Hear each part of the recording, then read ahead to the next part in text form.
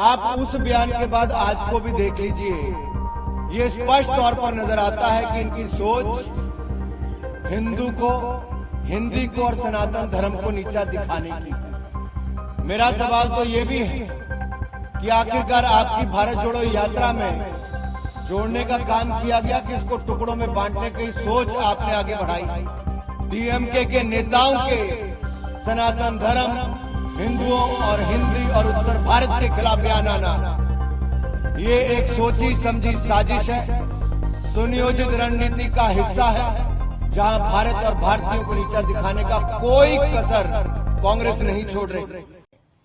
अपनी करारी हार के बाद गाली गलौज पर उतर आया है और इनकी सोच अब स्पष्ट नजर आती है। ईवीएम पर तो ठीकरा फोड़ते ही हैं, अब कारण उससे भी आगे बढ़ने शुरू हो गए हैं। भारत की संस्कृति, भारत की अस्मिता, भारत की पहचान को मिटाने का एक सुयोजित षड्यंत्र रचा जा रहा है और ये सुयोजित, सुविचारित योजना का एक हिस्सा है। अगर आप देखेंगे, इसकी शुरुआत अमेठी की हार से ही हो गई थी और श्रीमान राहुल गांधी जी की अमेठी की हार के बाद उनका वो बयान जब दक्षिण भारत में जाकर वायनाड से उन्होंने दिया और नीचा दिखाने का काम उत्तर भारतीयों को करने का, उनके शब्द वो याद करवाते हैं कि कितनी घृणा भरी होगी और कैसे देश को अलग अलग टुकड़ों में देखने की उनकी सोच होगी। तभी तो टुकड़े टुकड़े गैंग के साथ मध्य रात्रि में भी जाकर खड़े हो गए थे। हमने तब भी कहा था कि कुछ लोग टुकड़े टुकड़े गैंग के साथ खड़े हैं, वो भारत के किस टुकड़े पर राज करना चाहते हैं, लेकिन हम वो हैं जो भारत के टुकड़े नहीं होने देंगे, भारत को एकजुट रखेंगे। आप उस बयान के बाद आज को भी देख लीजिए, ये स्पष्ट तौर पर नजर आता है कि इनकी सोच हिंदी को और सनातन धर्म को नीचा दिखाने की है। कांग्रेस के नेतृत्व वाला घमंडिया गठबंधन, इसका घमंड और अहंकार पराजय के बाद भी चूर चूर नहीं हुआ, बल्कि ये उत्तर भारत को, भारतीयों को और यहां तक कि सनातन धर्म को नीचा दिखाने में कोई कसर नहीं छोड़ रहे। मेरा सवाल तो ये भी है कि आखिरकार आपकी भारत जोड़ो यात्रा में जोड़ने का काम किया गया कि इसको टुकड़ों में बांटने की सोच आपने आगे बढ़ाई है।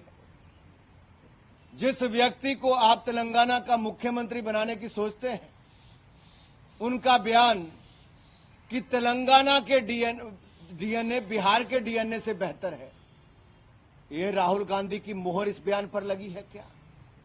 सोनिया गांधी जी की मुहर लगी है क्या?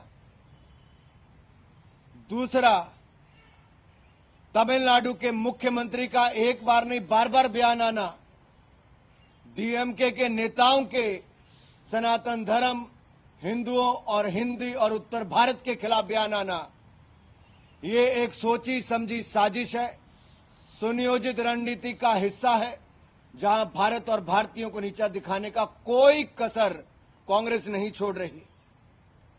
कभी ईवीएम को गाली दो, कभी इलेक्शन कमीशन को गाली दो, कभी हिंदी बोलने वालों को गाली दो। कांग्रेस, उनके सहयोगी लगातार देश की आस्था और संस्कृति का अपमान करती आ रही। मेरा सवाल श्रीमान राहुल गांधी और सोनिया गांधी जी से ये है कि ये देश को बांटने वाली सोच आखिरकार कांग्रेस क्यों ला रही? कभी आप जातिवाद फैलाते हो तो कभी क्षेत्रवाद फैलाते हो। जब जातिवाद पर आपको वोट ना मिले तो आप नॉर्थ और साउथ करना शुरू कर दो। आपके सांसद ट्वीट करें द साउथ, आपके होने वाले मुख्यमंत्री कहें कि तेलंगाना का डीएनए बिहार के डीएनए से अच्छा। आप उत्तर प्रदेश के लोगों पर बार बार प्रहार करें, आपके सहयोगी दल उत्तर भारतीयों पर टिप्पणी करें और आपके होंठ सिले रहें। ऐसी क्या मजबूरी है जो राहुल गांधी, सोनिया गांधी जी की चुप्पी जरूरी है? क्यों नहीं बोल रहे? क्या सूंघ गया है? क्यों होंठ सिल गए हैं? क्या ये षड्यंत्र कांग्रेस के मुख्यालय पर लड़ा गया, या इनकी जो गठबंधन की बैठक होनी थी इंडी अलायंस की, जो घमंडिया गठबंधन है, मैं उनसे पूछना चाहता हूं, ये अशोभनीय अपमानजनक टिप्पणियां जो कांग्रेस के सहयोगी दल कर रहे हैं, उस पर पूरी कांग्रेस पार्टी चुप क्यों है? आए दिन नीचा दिखाने का काम क्यों किया जा रहा है सनातन धर्म को, हिंदू को और हिंदी को? कन्हैया लाल का सिर कटने के बाद धड़ से, उसके बावजूद राहुल गांधी चुप क्यों रहे? और मैं तो कहना चाहता हूं श्रीमान राहुल गांधी जी और सोनिया गांधी जी से कि आदि गुरु शंकराचार्य जी आते तो दक्षिण भारत से थे, लेकिन पूरे देश के चारों कोनों में भ्रमण भी किया और उनका योगदान देश नहीं भुला सकना जरूरी है। देश को स्पष्ट करें। आखिरकार ये सीधे तौर पर स्पष्ट होता है कि ये इन दोनों ने मिस्टर राहुल जी और सोनिया जी ने सीधे तौर पर आशीर्वाद दिया है अपने गठबंधन के नेताओं को, देश को तोड़ने का जो बीज बोना है उसके लिए।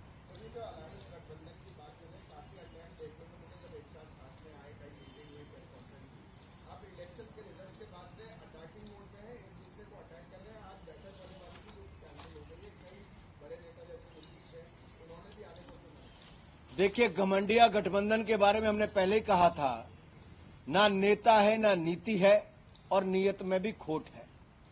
ये तो सब अलग अलग विचारधाराओं के लोग हैं, कोई एक दूसरे की सुनने के लिए राजी नहीं होता।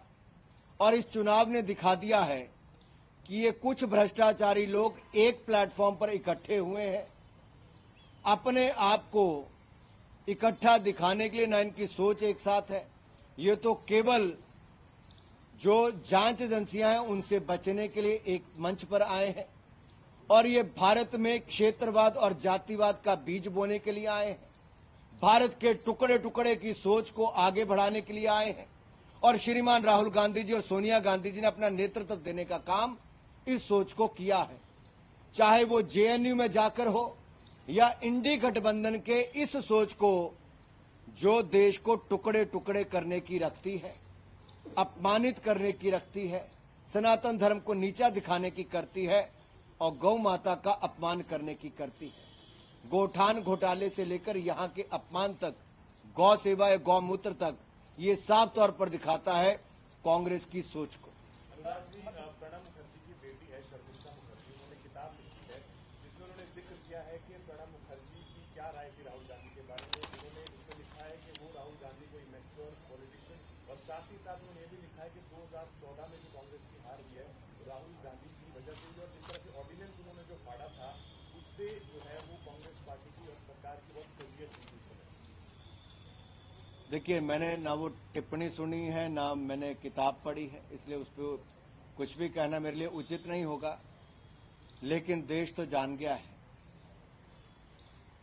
आप उनको ना समझ कहें या समझदार होकर भी देश के टुकड़े करने की सोच रखने वाले कहें, या सनातन धर्म हिंदुओं को अपमान करने वाला एक ऐसा नेता, अब ये कांग्रेस जाने, कांग्रेस के नेता जाने, लेकिन देश बहुत अच्छी तरह जान गया है कि कुछ लोग जिनके ऊपर बहुत बड़ी जिम्मेदारी किसी दल ने दी थी, उनका परिवार, पार्टी और उनके सहयोगी दल आज केवल एक सोच लेकर चले, और जिनके हर बयान में नजर आता है देश के टुकड़े टुकड़े कर दो, सनातन धर्म को नीचा दिखा दो, हिंदू और हिंदुओं को अपमानित कर दो। इसके अलावा उनके मन में कुछ नहीं चलता। ये हार के बाद थोड़ा और छटपटाना, घबराना और बौखलाना ये कांग्रेस का स्पष्ट तौर पर दिखता है। बहुत बहुत धन्यवाद।